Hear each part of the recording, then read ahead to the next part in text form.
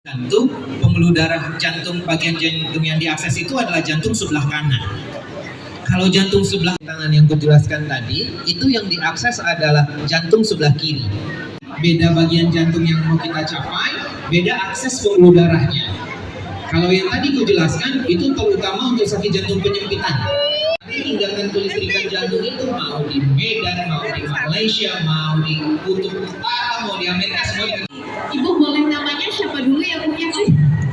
Perkenalkan nama saya Mama Gideon. Saya ingin bertanya kepada dokter soal kateterisasi ini bagi saya tuh masih baru. Ya, dan asma itu bilangnya sejak kecil. Jadi kadang-kadang ada pasien yang datang ke rumah sakit kita, rumah sakit USU, kemudian kita bilang bapak menderita asma atau ibu menderita asma. Terus dia bilang, nggak mungkin saya asma dok, saya waktu kecil nggak punya asma, saya nggak punya alergi kok tiba-tiba sekarang saya asma. Nah, jadi kita harus tahu bahwa asma itu hanya 60% yang muncul sejak anak-anak. 40% lagi itu muncul setelah usia dewasa, di atas usia 25 tahun. Jadi apakah bisa orang yang waktu kecil nggak punya asma, tiba-tiba udah gede malah punya asma? Jawabannya sangat bisa. Terlebih-lebih Itu adalah mengakses jantung, no? Jantung bagian mana yang kita akses? Pembuluh darahnya jantung. Sehingga bagaimana cara mengakses pembuluh darah jantung itu? Pertama kita harus infus dulu bagian dari pembuluh darah di tubuh. Yang biasanya kita kerjakan, kita akan infus di pembuluh darah paha. Setelah dapat infus di pembuluh darah paha, maka kemudian kateter selang halus ukuran 1,6 mili itu masuk dari pembuluh darah paha itu, nyusuri aliran darah sampai ke jantung. Di jantung kita ambil gambar urat jantungnya. Itu prosedur yang bukan bahasanya standar, prosedur yang dari awal pertama kali ditemukan, begitulah prosedurnya. Akses pembuluh darahnya dari paha. Sementara kalau dari tangan, yang berbeda adalah akses pembuluh darahnya dari pembuluh darah yang di pergelangan tangan ini. Sama juga, kita infus, udah dapat akses pembuluh darahnya, masuk kateter itu menyusuri pembuluh darah dari tangan sampai ke jantung, kita ambil gambar urat jantungnya. Tidak ada yang berbeda. Berbeda cuma titik awal kateter masuk, apakah dari paha atau dari tangan. Nah, kenapa kemudian yang dari tangan ini sekarang hari ini kita perkenalkan?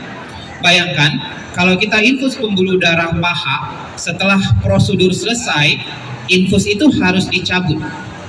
Saat infus dicabut, berdarah dong. Saat berdarah, harus ditekan untuk menghentikan perdarahan. Kita tekan dia 20-30 menit begitu selesai. Tapi kemudian untuk mencegah dia berdarah lagi, pasien nggak boleh bergerak. Pasien harus berbaring 8 jam minimal. Kalau dia pasang cincin, dari setelah pasang cincin sampai bisa dicabut infusnya itu 8 jam. Dari setelah dicabut sampai bisa duduk 8 jam.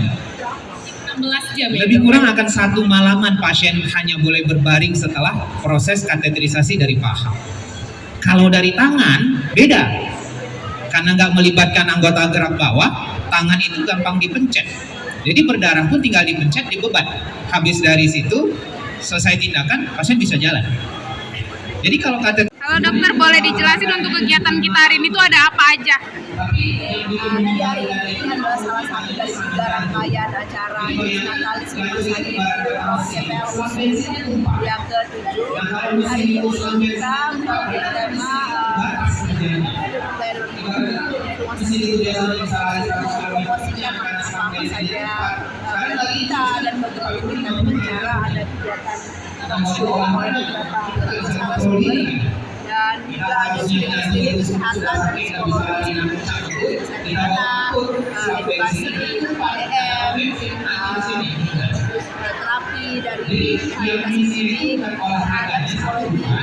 Dan juga ada pemeriksaan tensi, gula darah, medical check up pelajaran. Kita adalah memberikan informasi yang informasi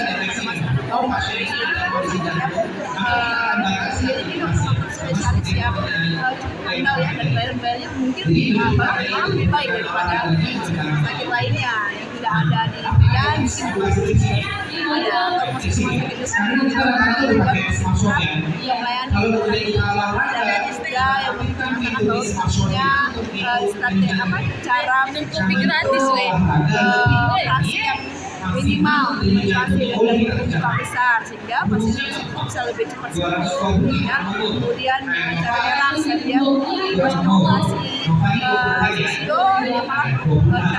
fisio yang biasa penyembuhannya bisa Oke, untuk visi misi kedepannya nih untuk rumah sakit USU di Disnatalis ini ada apa? Intinya buat USU menjadi rumah sakit unggul ya, di teknologinya juga makin berkembang, dan di rumah sakit dipercaya masyarakat Sumatera Utara khususnya Kota Medan bahwa rumah sakit USU ini membangun juga bukan hanya rumah sakit Indonesia yang memang kita mencetak dokter-dokter di sini, tapi juga rumah sakit yang bisa memiliki spesialis yang tidak kalah unggul dengan dokter lain. Oke.